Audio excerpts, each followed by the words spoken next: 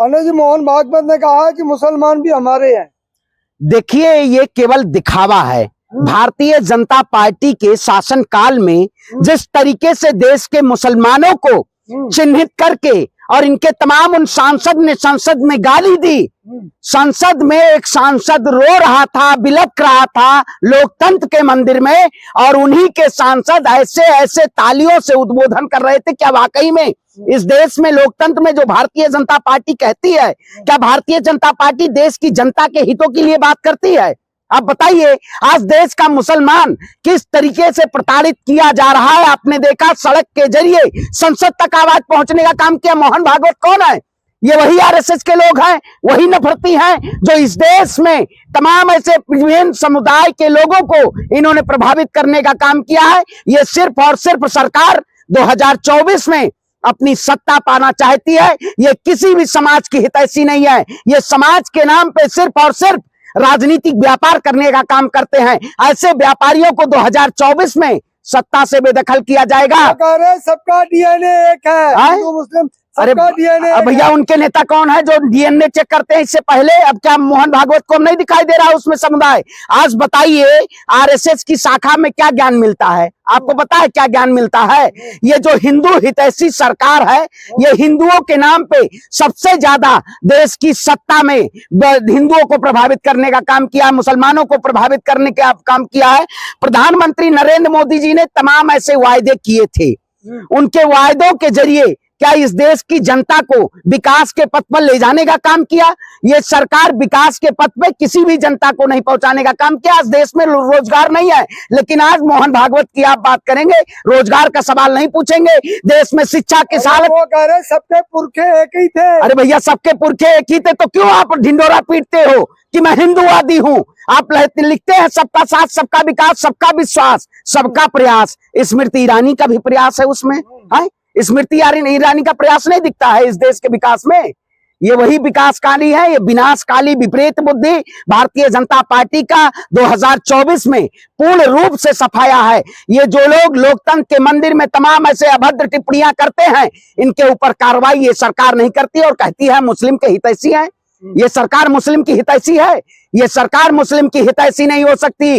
ये सिर्फ और सिर्फ पूंजीपतियों की हितैषी है। ऐसी सरकार को सत्ता से बेदखल करना ये देश की जनता ने ठाना है। भाजपा को भगाना है, एक नई लोकतांत्रिक सरकार को इस देश में लाना है। अरे भैया, आप बताइए, ये वही लोग हैं? वो कौन लोग थे जो जंतर मंतर पे उन्होंने नारा लगाया था, मुल्ले काटे जाएंगे, राम राम चिल्लाएंगे?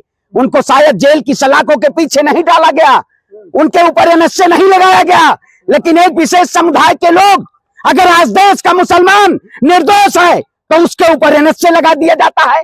बताइए, रमेश बिदुड़ी के ऊपर एनएसए नहीं लगना चाहिए? कैसे पत्रकार हैं ये? मोदी अरविंद के सब पत्रकार हैं इस देश में, सिर्फ और सिर्फ।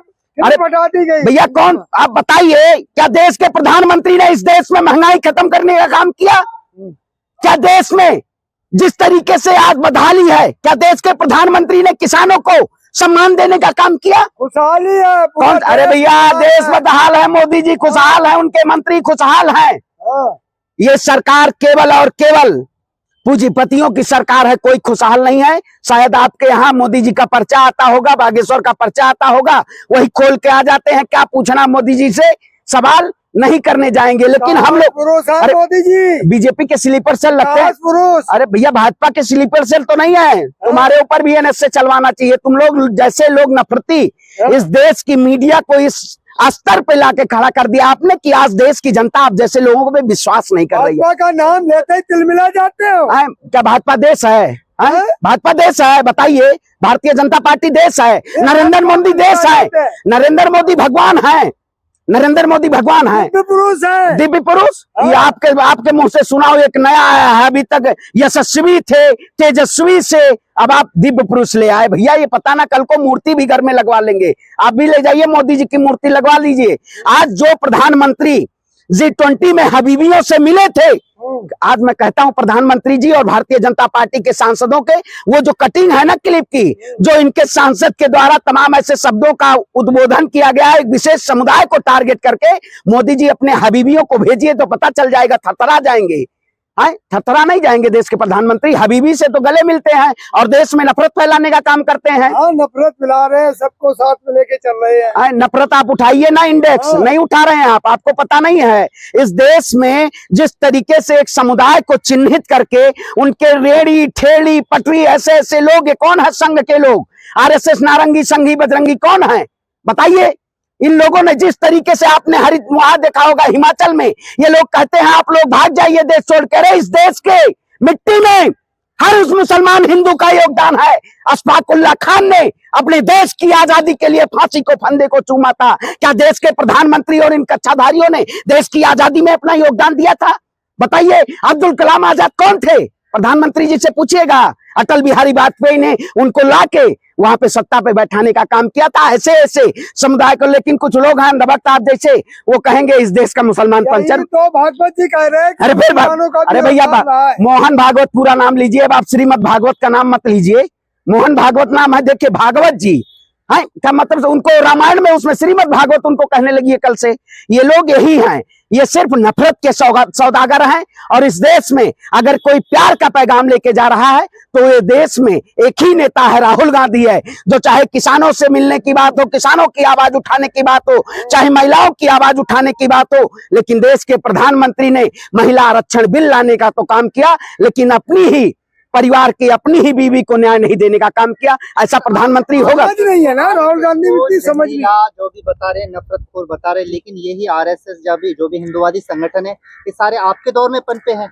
अगर इतने बुरे हैं तो आपने पहले कार्रवाई देखिए बिल्कुल आप सही कह रहे हैं, लेकिन हम समझते थे कि उस दौर में कि शायद आरएसएस जो संगठन है ये वाकई में, जबकि हमारे तमाम ऐसे संगठन चल रहे थे उस समय, लेकिन भारतीय जनता पार्टी पूरी तरीके से, ऐसे पता थोड़ी था कि इनके जैसे संगठन के लोग इस देश में अपना एजेंडा तैयार करेंगे। जब 5 साल में सरकार आई भारतीय जनता पार्टी, 5 साल पूरे इन्होंने शांतिपूर्ण तरीके से अपनी सरकार चलाई। लेकिन 5 साल के बाद इन्होंने जिस तरीके से इस शाखा के जरिए पूरे देश में नफरत फैलाने का काम किया, वाकई में इससे अब देश की जनता को खतरा है। आपने देखा होगा हमारी सरकार ने, हमारी सरकार ने कर्नाटक में कहा आरएसएस बैन होगा। कर्नाटक में वहां पर सख्त होती है, लेकिन राजस्थान में, देखिए राजस्थान में भी बैन होगा। 2000 अभी जो चुनाव है इसमें भारतीय जनता पार्टी का, देखिए कांग्रेस की सरकार है। बिल्कुल हम पूर्ण रूप से पूरे देश में आरएसएस जैसे ऐसे नफरती हिंदू सेना, महाकाल सेना, ऐसे संगठनों को हम बैन करेंगे। कांग्रेस कभी नफरत का उद्यम कहलाएंगे। भाई हिंदू विरोधी क्या सनातन पता है क्या है? सनातन ये सुनिए, नहीं हिंदू करने की बात करेंगे, देखिए आपको हिंदू विरोधी कहा जाएगा। हम क्या वो हैं बताइए? हिंदू नहीं हम दिखाई दे रहे हैं आपको? कांग्रेस के साथ नहीं खड़े। हिंदू विरोधी क्या होता है?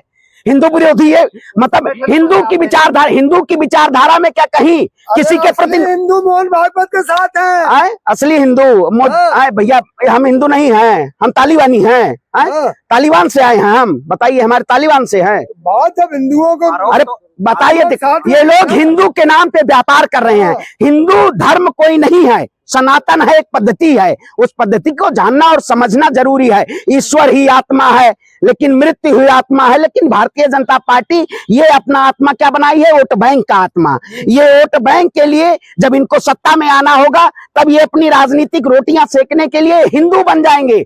आज आपने देखा होगा रमेश बिदुड़ी हिंदू अब नहीं रहा है। ट्विटर पे आप ट्रेंडिंग देख रहे हैं, रमेश बिदुड़ी अब हिंदू नहीं है, अब वो विभिन्न ओबीसी समाज से आ गए हैं। क्योंकि इस देश में अगर राजस्थान में चुनाव है, राजस्थान का विधानसभा चुनाव, उसको प्रभावित करना है, ये सत्ता में आने के लिए ऐसे ऐसे एजेंडे लाती है। और बीजेपी की प्रयोगशाला में सिर्फ और सिर्फ हिंदू मुसलमान के नाम पे नफरत फैलाया जाता है। मैं कहता हूं, आप बताइए, जो लोग कहते हैं मैं दलितों का मसीहा हूं, आदिवासियों को मैंने सत्ता में बैठाने का काम किया, क्या उन आदिवासियों को देश के प्रधानमंत्री ने एक नए संसद भवन के उद्घाटन में बुलाने का काम किया? नहीं किया। आज लोगों को जरूरत है एक साथ होके और एकजुट होके इस देश में लोकतंत्र की लड़ाई लड़नी है। जो लोकतंत्र का प्रहरी है वो इस देश के जनता के साथ खड़ा है, और जो लोकतंत्र का प्रहरी नहीं है वो सिर्फ और सिर्फ अपनी सत्ता की रोटियां सेकने के लिए खड़ा है। मैं कहता हूं दानिश अली को न्याय मिलना चाहिए और इस देश में एक 2024 में एक नई लोकतांत्रिक सरकार आनी चाहिए।